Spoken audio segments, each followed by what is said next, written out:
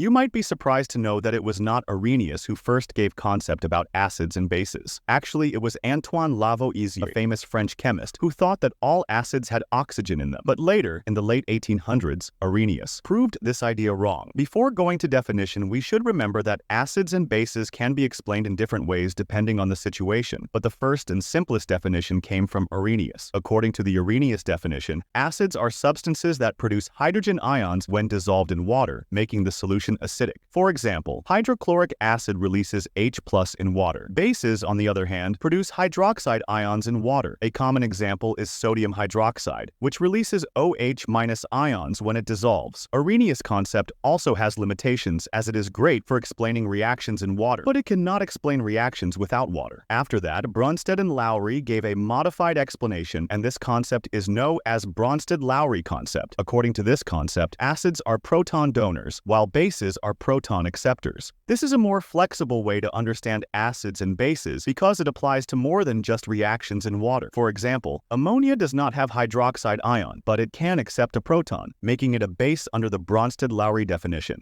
But the most general definition was given by Gilbert Newton Lewis, and his concept is called Lewis acid-base concept. Lewis says that acids are substances that accept electron pairs, and bases are those that donate electron pairs. This definition does not even need to involve protons or water. It applies to reactions where molecules interact by sharing or transferring electrons. An easy example is the reaction between ammonia and boron trifluoride, where ammonia donates an electron pair to the boron atom. Another key factor to learn acids and bases is pH scale. The pH scale is a simple way to measure how acidic or basic a substance is. It ranges from 0 to 14, with each number telling us the concentration of hydrogen ions in a solution. The scale is divided into three main sections. Substances with a pH less than 7 are considered acidic. For example, lemon juice, which has a pH of around 2, is highly acidic because it has a high concentration of hydrogen ions. A pH of 7 is neutral, which means the solution has an equal balance of hydrogen ions and hydroxide ions. Pure water is a perfect example of a neutral substance with a pH of 7. Substances with a pH greater than 7 are considered basic or alkaline. They have fewer hydrogen ions and more hydroxide ions. A common household example of a basic substance is bleach, which has a pH of around 12, making it highly basic. pH scale is logarithmic, meaning that each whole number on the scale represents a 10-fold difference in hydrogen ion concentration. For example,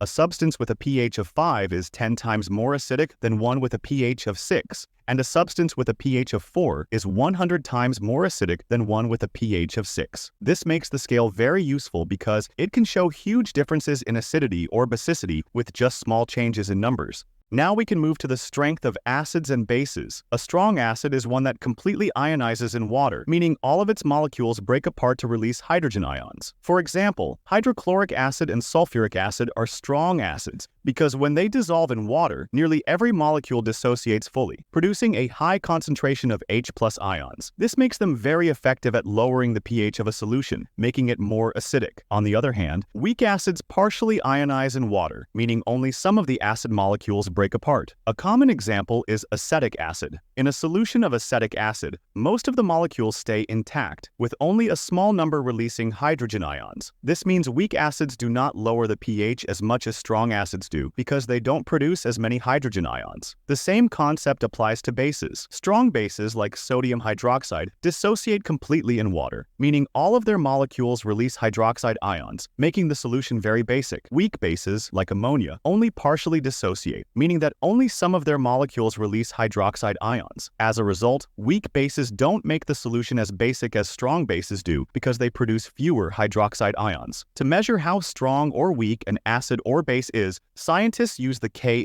acid dissociation constant, for acids and Kb, base dissociation constant, for bases. A higher K value means a stronger acid because more of it ionizes, and a higher Kb means a stronger base for the same reason. For weak acids and bases, the Ka and Kb values are smaller, indicating less dissociation. What if you mix an acid with a base? Actually, they react and form two new things, salt and water. This process is called a neutralization reaction because the acid and base cancel each other. together, making the solution more neutral. If you take hydrochloric acid, which is a strong acid, and mix it with sodium hydroxide, a strong base, they react to form sodium chloride, that's regular table salt. Plus, you also get water. We can easily recognize acids and bases by understanding their physical properties. First, let's focus on physical properties of acids. Acids usually taste sour, like when you bite into a lemon, which contains citric acid. When acids are dissolved in water, they can conduct electricity, which means they allow an electric current to pass through. This is why acidic solutions can sometimes be used in batteries. Also, acids are corrosive, meaning they can damage certain materials, especially metals. We can also identify them from chemical properties. Acids react with metals to produce hydrogen gas. For example, when hydrochloric acid comes into contact with zinc, it produces hydrogen gas and zinc chloride. Another interesting thing about acids is that they change the color of litmus paper. Acids turn blue litmus paper red, which is a common test in science labs. Some common acids you might have heard of include hydrochloric acid, which is found in our stomachs to help digest food. There's also sulfuric acid, which is used in car batteries, and acetic acid, which is what gives vinegar its sour taste. Bases have their own set of properties that make them different from acids. Let's start with the physical properties. Bases usually have a bitter taste, like the taste you might get from baking soda, which is a mild base. When you touch a base, it feels slippery, almost like soap. That's because bases react with oils on our skin, making them feel soapy. Just like acids, bases can also conduct electricity when they are dissolved in water, meaning they can allow an electric current to pass through. As for the chemical properties, they turn red litmus paper blue, which is a simple way to test if something is a base. Some common examples of bases include sodium hydroxide, which is used in cleaning products like drain cleaners. Ammonia is another base often found in household cleaners, and calcium hydroxide is used in things like cement and plaster.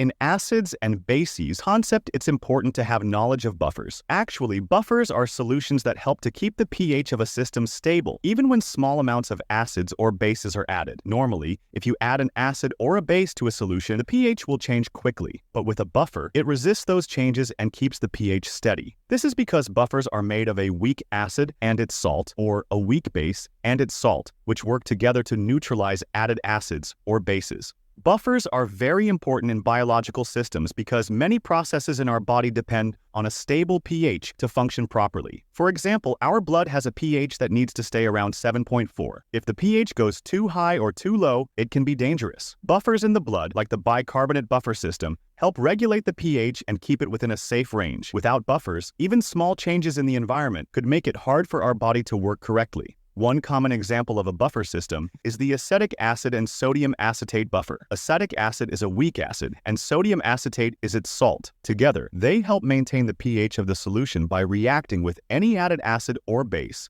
preventing large swings in pH. Now we can move to learn naming acids and bases. Actually, learning the names of acids and bases can be tricky, but there are some simple tricks to help remember them easily. For acids, one trick is to focus on the ending of the anion to figure out the acid's name. If the anion ends in IDE like chloride, the acid name will start with hydro and end with IC. For example, HCl becomes hydrochloric acid. If the anion ends in a TE like sulfate, the acid name will end with IC, so H2SO4 is sulfuric acid. If it ends in ITE like sulfite, the name will end with OUS, so H2SO3 is sulfurous acid. For bases, it's even simpler. Most bases contain a metal and hydroxide. You just need to know the name of the metal and add hydroxide at the end. For example, sodium hydroxide. So, if you see hydroxide ion in a formula, it's almost always a base, and the name will end with hydroxide.